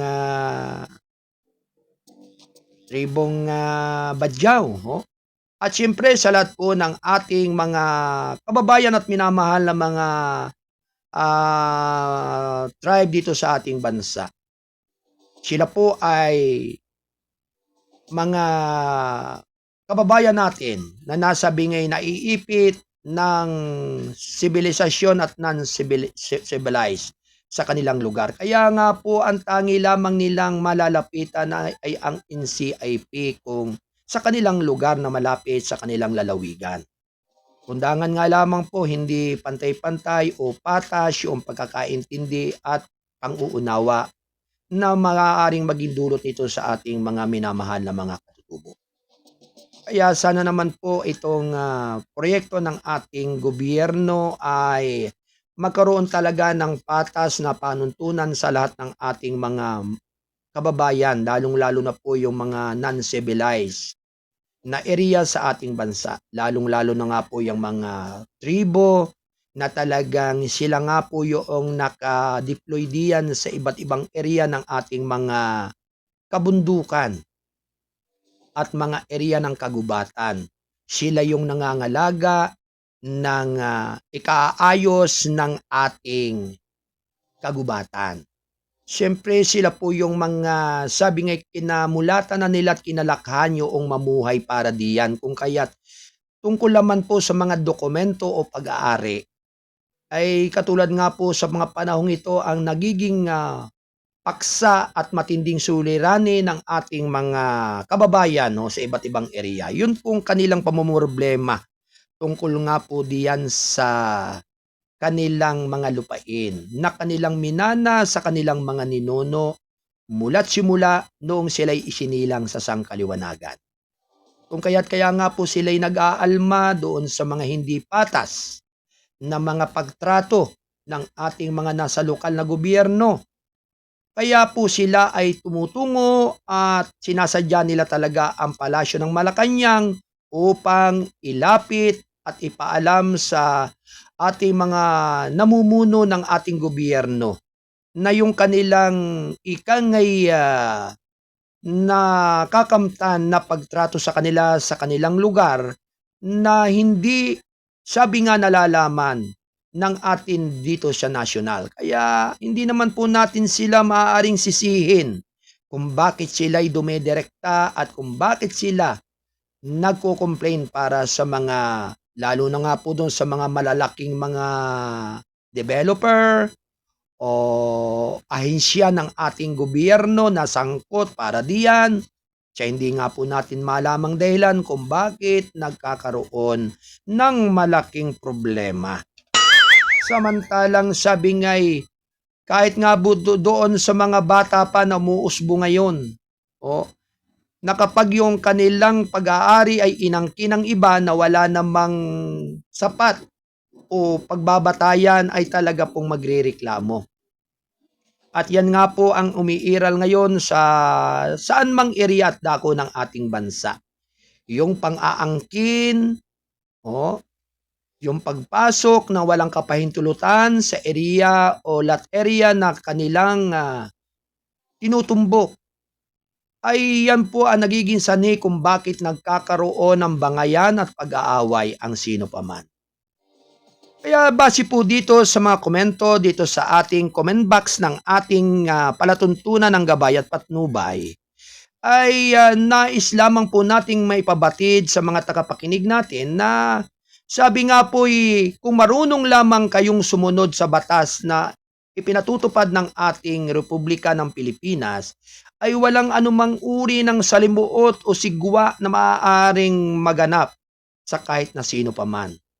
Kung kaya't nagkakaroon halos ng patayan, kulungan, o di pagkakaunawaan dahil doon nga po sa hindi marunong tumanggap ng katwiran ang magkakabilang panig.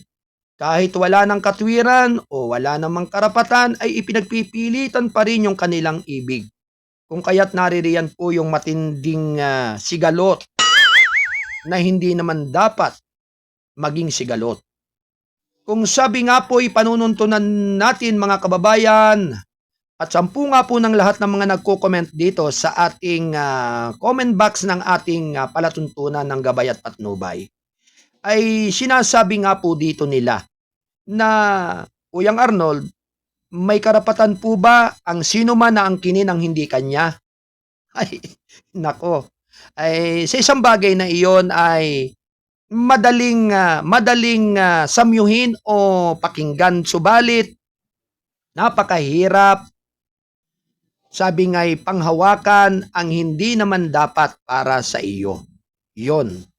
Kaya sabi nga po'y, kung ikaw ay nakikitira lamang sa lupa ng may lupa at wala ka namang pinanghahawakan na anumang uri ng katunayan o katibayan na nagsasabing sa iyo yan, aba, ay dapat mong lisanin yan ng maluwag sa iyong puso at huwag mo nang pagtangkang panglabanan yung katotohanan yan. Kahit sabihin man natin na ikaw ay benepisyaryo ng iyong kinatitirahan mula't simula noong kayo ay napunta dyan. Pero hindi ibig sabihin nun ay iyo na kung ikaw ay hindi nakipagkooperasyon at hindi nakipag-ugnayan o nakipagtulungan doon sa mga nagsagawa ng makatotohanan para yan ay malagay sa legal na pamamaraan. Kaya kapag ang lupa po ay hindi nakatitulo sa inyo, wala po kayong karapatan na angkinin ito. Kahit sabihin mang binabayaran nyo ang tax declaration ng inyong kinatitirahan at hindi naman din sa inyo nakapangalan, wala rin po yan, useless din po yan mga tagapakinig. At ito nga po ay base sa ibinigay na paliwanag ng naaayon sa batas na pinatutupad dito sa ating bansa. Kaya sabi nga po sa lahat ng mga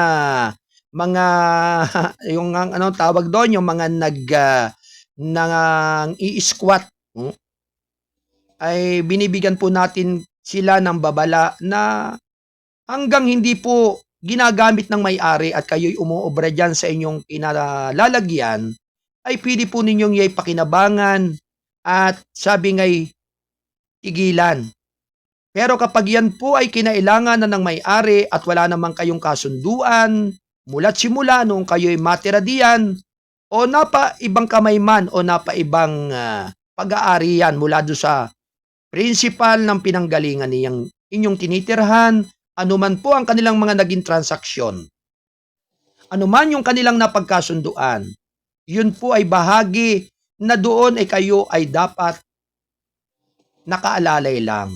Kaya kapag yan po ay kinuha na sa inyo at kayo po ay sinabihan at nakusa nyo ng lisanin, aba ay magkusa na po kayong lumisan. Sapagkat sabi nga po ay sa tagal at na panahon o panahon na inyong itinigil diyan, hindi naman kayo kinuliktahan o siningil ng may-ari ng lupa dahil nga po sa mga pangyayari na kayo ay naunawaan at binigyan ng pagkakataon hanggang sa kayo ay binalaan, binigyan ng ng pasabi na lisanin nyo na, pero ang ginawa ninyo, kayo ay kumontra pa doon sa pakiusap sa inyo ng may-ari ng inyong tinitirhang kalupaan. Kaya ang bagay lamang po nating gawin para wala pong masalimuot o malaking abala, malaking problema, abay alam naman po ninyong ugat kung paano kayo napunta at inyong naangkin yung lugar na yan habang kayo'y nakatira at namumuhay. Kaya sabi nga po, ang mananaig dito ay yung bisa ng papel o dokumento, titulo na nagsasabing iyan ay pag-aari na ng sinuman. Kaya sa ating mga kababayan, nais lamang po nating ipagunita at ipalaalan na huwag naman po tayong pasaway. Sapagkat sabi nga po ay nasa kasabihan nga po dito. At sabi rin po dito, nag-comment dito na yan nga pong lupa ng Pilipinas ay para sa mga Pilipino. Tama po yun. Kaya depende nga lamang po kung wala po kayong autorisasyon o kapahintulutan o nagsasabi na kayo ay manatili. Kaya nga po marami nga po doon sa mga tabing ilog o ilalim ng tulay ng mga flyover o release ng train na yung po mga taong nagpupumilit pa rin dyan tumitira ay kaya po nagkakaroon ng matinding problema yung ating komunidad doon nga po sa mga nagbibigay sa gabal na tumitira na sabi nga natin ay umi-squat dun sa area. Sa nung nga pong araw, yung nga pong bye-bye release ng train, ay talagang punong-puno ng mga kabahayan yan. Left and right talaga kung titingnan nyo. Kaya talaga sabi nga'y napaka masalimuot. Sabagay yan nga po ay government property. Wala pong problema yon. Ay paano kung nga po ang inyong napasukan ay private property?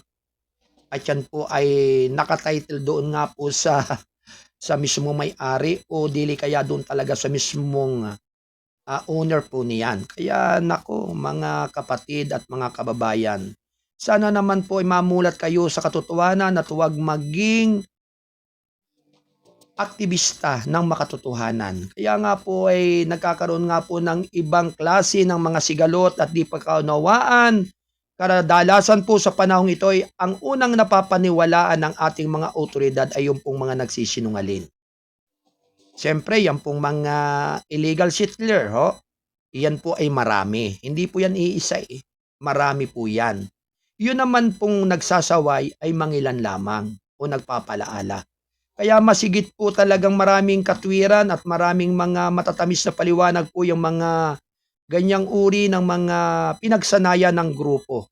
At yan nga po ang idinadaing dito sa ating palatuntunan ng ating mga listeners at mga followers na nagsasabing paano na kaya?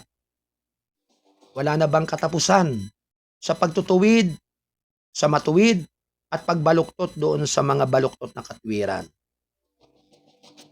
Ano po yun? Ang ano pong ibig sabihin nun? Yung sabi ngay mas kinukonsinti pa yung mali kaysa doon sa tama. Kaya nako, aywan. Kaya sana ang bawat tao na nag-iisip ng hindi mabuti ay tumingala na lamang sa kalawakan at manalangin kay Allah sa Panginoong Diyos na bigyan ng liwanag ang kaisipan at bigyan ng kaukulang katwiran ang bawat nilalang. Alright, good morning TBS RMM News Forum from Katapatagan, Lanao del Sur, Mindanao. Maraming salamat po sa taga NMBM Norbrent Lumigis ng Lanao del Sur, Mindanao. Yan. At ganun din kay Emily Caraca Ramiro. Yan. Maraming salamat po sa inyong patuloy na pagsubaybay sa ating malaganap na palatuntunan ng gabay at patnubay dito sa KBS RMM News TV. At syempre binabati po natin ng mapagpalang umaga si Ate Maria Linda. Yan. si Ate Maria Linda. Ayan, na sa ngayon po ay nakasubaybay din sa ating palatuntunan si Ate Maria Linda Asperas. Yan. Magandang umaga po, ganun din kay Ate Ann Maton, kay Kuyang Eric Abaristo, yan, kay Kuyang Arman Patulot, yan, kay Kuyang Wayne Lauson, ang ating nasa Studio 3. Yan. Magandang umaga po sa inyong lahat. At syempre sa lahat po ng mga bumubuo ng Kasado Broadcasting Service, syempre sa atin pong masisipag na kaagapay po dito sina Ate Delros Aldea Santos at Ate Rose Marie Paderon. Good morning sa inyo at naway maging malakas ang inyong laging pangatawan upang patuloy na matanggap at mabigyan ng daan ang lahat ng mga nagbabalita mula sa labas ng ating himpilan. Thanks po. Good morning everyone from Emily Caraca Ramiro. Maraming salamat Ate Emily Caraca Ramiro. Yan.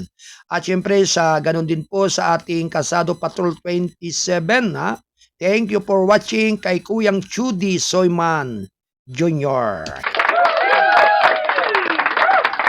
Anyway, binabati po natin ng mapagpalang umaga ngayong araw ng Miyerkules ang buong pwersa ng kapulisan sa iba't ibang dako ng ating bansa, Luzon, Visayas at Mindanao. Siyempre sa pangunguna po ni General Romil Francisco Marbil bilang Chief ng Philippine National Police. Likewise kay Brigadier General Jen Pajardo, ang spokesperson ng Philippine National Police. Binabati rin po natin ang mabuting tanggapan ng Regional Director Region 4B Mimaropa, Brigadier General Roger Quisada. Magandang umaga po sa inyong lahat dyan. Ganun din kay Regional Director Region 4A Calabarzon, General Paul Kenneth Tuay Lucas. Good morning. At syempre sa ating Chief Public Information Office, Region 4A Calabarzon, Lieutenant Colonel Chitadel Gawira. At syempre, bago po magtapos ang ating palatuntunan, binabati po natin na mapagpalang umaga si Provincial Director ng Lalawigan ng Rizal, Police Colonel Felipe B. Maragon.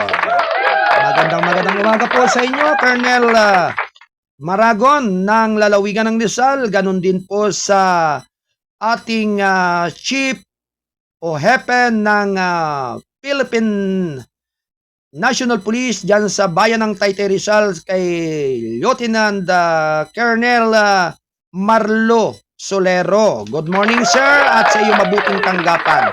At sa lahat po ng kapulisan sa iba't ibang dako ng ating bansa, Luzon, Visayas at Mindanao, mapagpalang umaga po sa lahat. Good morning everyone sa lahat po ng bumubuo, Luzon, Visayas at Mindanao sa ating Chief of Staff ng Armed Forces of the Philippines, General Romeo Browner Jr. Good morning sa lahat po ng mga kasundaluhan dito sa ating bansa. At syempre ganun din kay Major General Roserelo C. Balaor Jr., ang Commander ng 2nd Infantry Division Jungle Fighter ng Philippine Army. Mapagpalang umaga po sa inyong lahat at sa lahat po ng ating mga kasundaluhan sa iba't ibang dako. Siyempre sa Mega Manila, magandang umaga sa lahat ng ating mga autoridad. Magandang umaga ngayong araw ng Miyerkules. At siyempre, good morning sa Presidente po kay Ate Pau de la Cruz Mujar, ang Pangulo po ng 2ID Press Corps dyan sa 2nd Infantry Division ng Jungle Fighter ng Philippine Army ng Camp Kapinpin, Tanay Rizal. Ang good morning kay Pres Pau de la Cruz. At syempre sa lahat po ng ating mga sumubaybay at tumatangkilik ng ating palatuntunan, mapagpalang umaga po sa inyong lahat. at naway ang pagpapala ay laging sumainyo araw at gabi. Alinsunod sa matimyas ninyong pananalig at paniniwala sa ating may kapal. At syempre mga kababayan, sa pangalan po ng ating station manager, Uyang Alan Valenzuela Bordeos, ako naman po ang inyong abang lingkod, ang kuya ng lahat, ang Mindorinyong Midnight Boy, bagamat hindi naman gaanong kagwapuhan. Sigurado namang ito'y inyong maasahan. Ang inyong Kuyang Arnold Aceveda Namuko. Dito sa palatuntunang Gabay at Patnubay. Lagi po niyong subaybayan araw-araw Lunes hanggang Biyernes, ganap na 8 hanggang 10 ng umaga, Lunes hanggang Biyernes. Dito sa KBS RMM News TV. Radyo na dyaryo pa. Nagpupugay po ako at nagpapasalamat ng isang magandang umaga ngayong araw ng Miyerkules. Sumayin nyo nawa ang pagpapala ng ating dakilang lumikha. Adios, babalos, amigos. Bye-bye!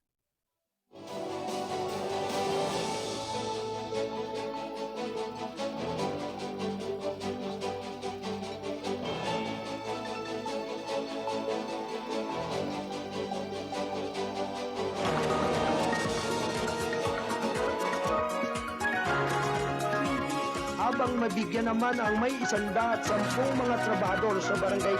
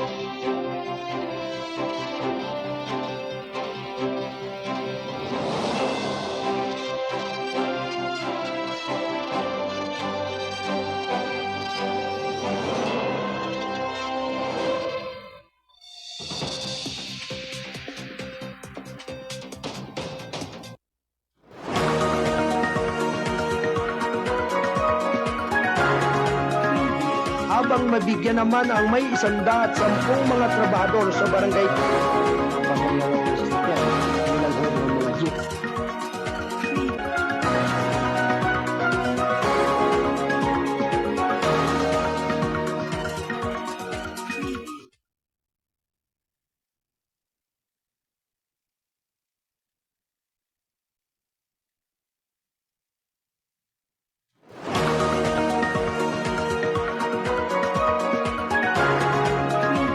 Habang mabigyan naman ang may 110 mga trabador sa barangay.